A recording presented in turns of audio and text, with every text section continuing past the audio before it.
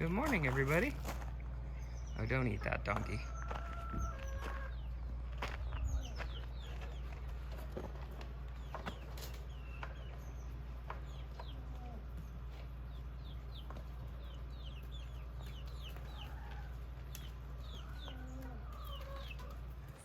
Well, it's finally here.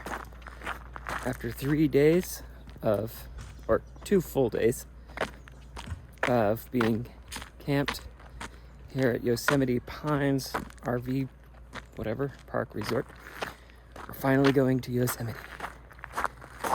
First we had a rest day because we were pretty weary.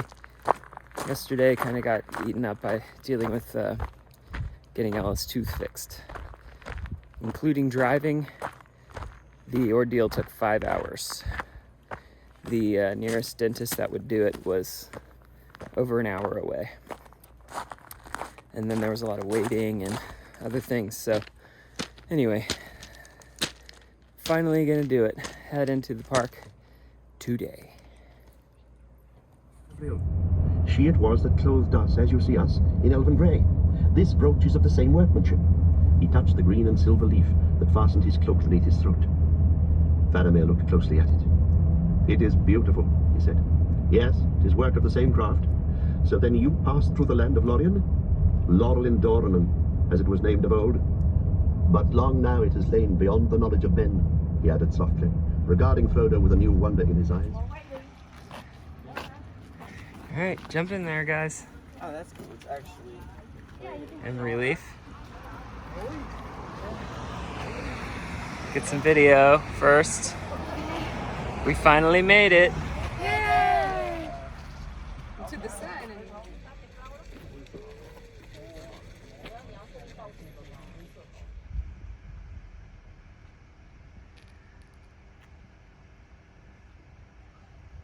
All right. Here, you wanna get you in there? Nah, I was in. It's fine. What? Would have been carried over the stony hills from Tall Grandia, and Boromir purposed to go home along the Edgewash and the fields of Rohan. Yet how could any vessel ride the foam of the great falls and not founder in the boiling pools, though laden with water? "I know not," said Faramir. "And whence came the boat?" "From Lorien," said Frodo. "In 3 and came not by your own road, upon the horses of Rohan, riding home in the morning." Then turning again to Frodo, he spoke in a quiet voice once more. "To those questions I guess that you should make some answer, Frodo, son of Drogo, but not here or now, maybe. But lest you still should think my tale a vision, I will tell you this. The horn of Boromir at least returned in truth, and not in seeming. The horn came, but it was cloven in two, as it were by axe or sword. If we 2 halflings are all that remain of our fellowship. Go back, Faramir, valiant captain of Gondor, and defend your city while you may, and let me go where my doom takes me." "For me there is no comfort in our speech together," said Faramir, "but you surely draw from it more bread than need be. Unless the people of Lorien themselves came to him, who arrayed Boromir as for a funeral over the rocks far above? Kind of reminds All me the of my ways into this favorite grot drive-in, were then sealed against the entry of water or aught else, all save one. This rock for me. There are now but 2 ways. That passage yonder by which you entered blindfold, and through the window curtain into a deep bowl filled with knives of stone. Now rest a while, until the evening meal is set. To our host, and after we have eaten, we rise and thank him." "That we do also," said Faramir. After so long journeying and camping, and days spent in the lonely wild, the evening meal seemed a feast to the hobbits. A great pale yellow wine, cool and fragrant, and deep bread and butter, and salted meats, and dried fruits, and good red cheese with clean hands and clean knives and plates. Men and elves became estranged in the days of darkness, by the arts of the enemy, and by the slow changes of time in which each kind walked further down their sundered roads. Men now fear and misdoubt the elves, and yet know little of them. And we of Gondor grow like other men, like the men of Rohan, for even they, who are the foes of the Dark Lord, shun the elves and speak of the Golden Wood with dread. Oh, I'm not very full on the pull. No, you're fine. Oh, it feels amazing out here. Yeah. Here, look. Look over there. It feels so good. I don't know what that is. I think that might be the back of Half Dome, or really don't know. But it's a big old rock. lump of granite. It's great.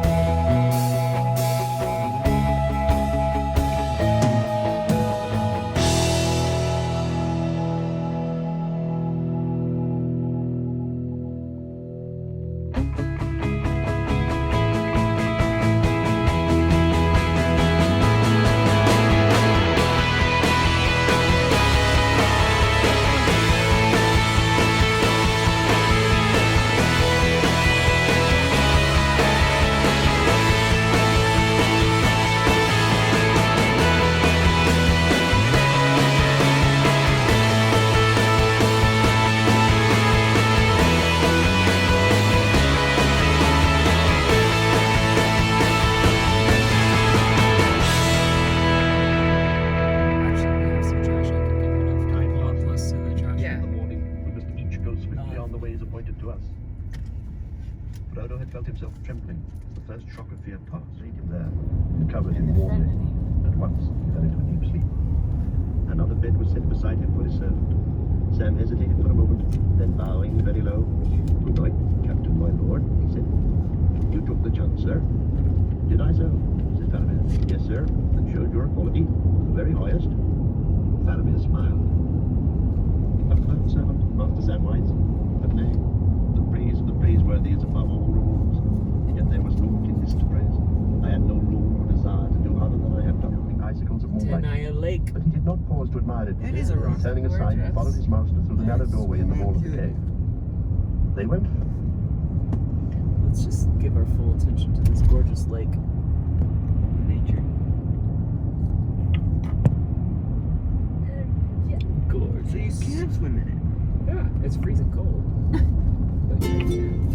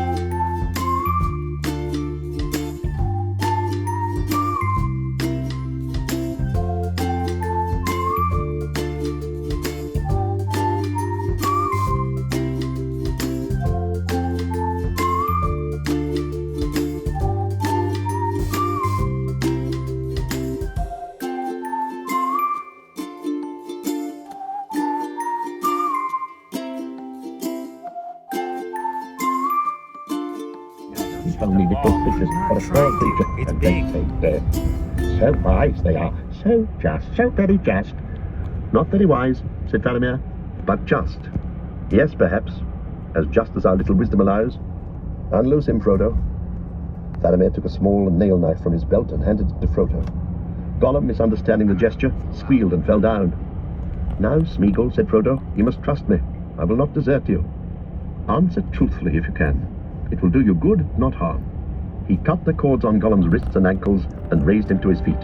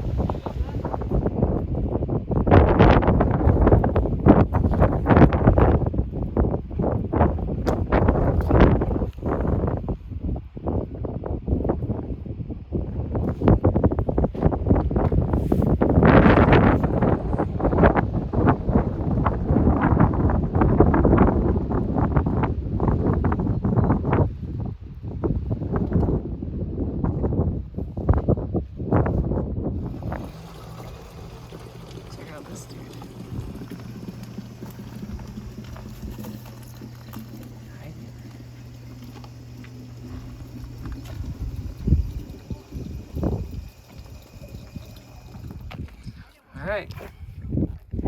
I mean, it's right there. Let's go.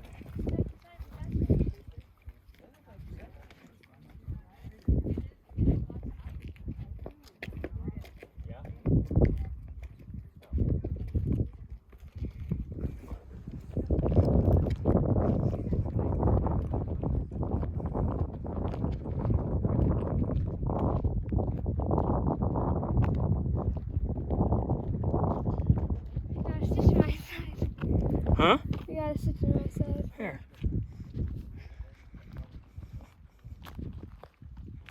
Look how tall these plants are.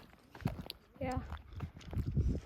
It was cool when we were driving and on one side of the road it was all green. Mm-hmm. The other was all brown.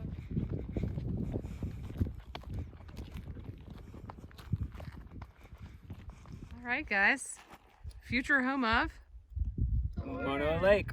So the water level, once they reach the level they're trying to get to, will be all the way to here. Yep. But right now it's way down I like how there. they already prepared. It's like concrete and then the wood. It's really far away. And they said it back in '94. I think they said it would take 20 years, but not even close. No.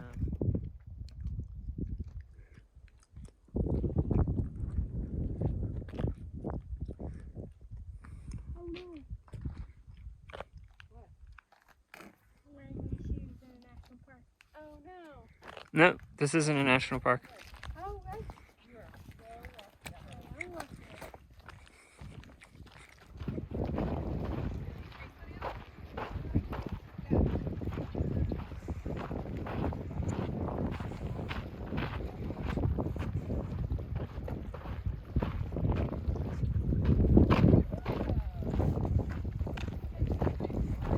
Some of the famous flies.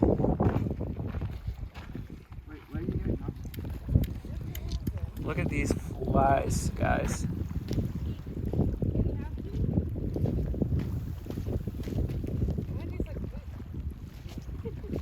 I would not suggest. The alkali flies.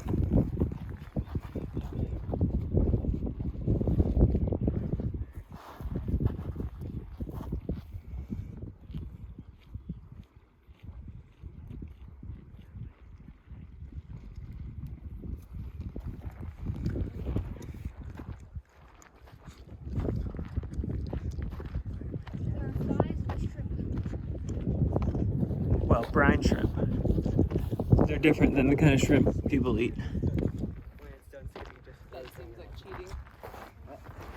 Skipping stones on it. He thinks it might be easier to skip stones.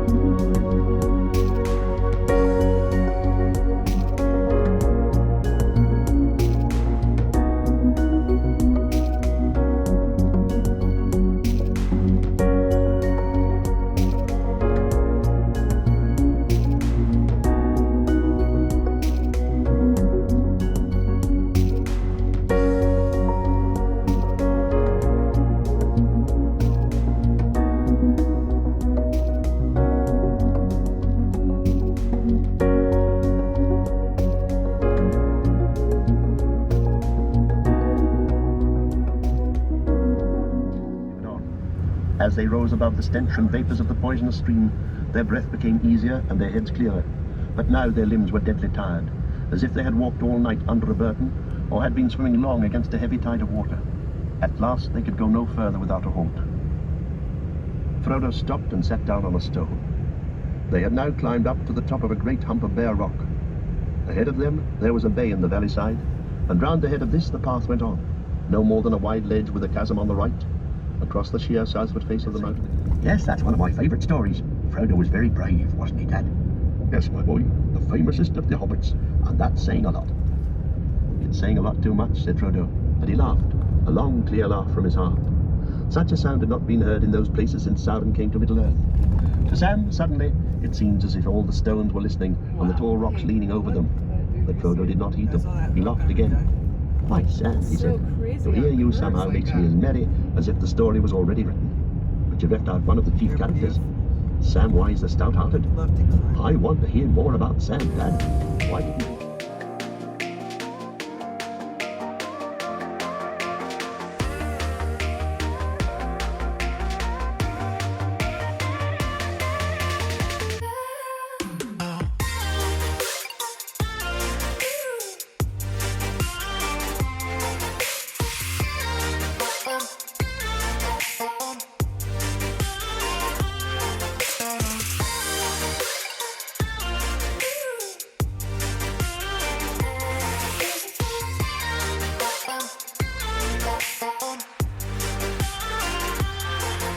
I dare say, said Sam. But where have you been to? Sneaking off and sneaking back, you old villain. Gollum withdrew himself, and a green glint flickered under his heavy lids. Almost spider-like he looked now, crouched back on his bent limbs, with his protruding eyes. A fleeting moment had passed beyond recall. Sneaking, he whispered. Hobbits always sensitive, right? Yes, right, Hobbits. Single things in up secret ways that nobody else.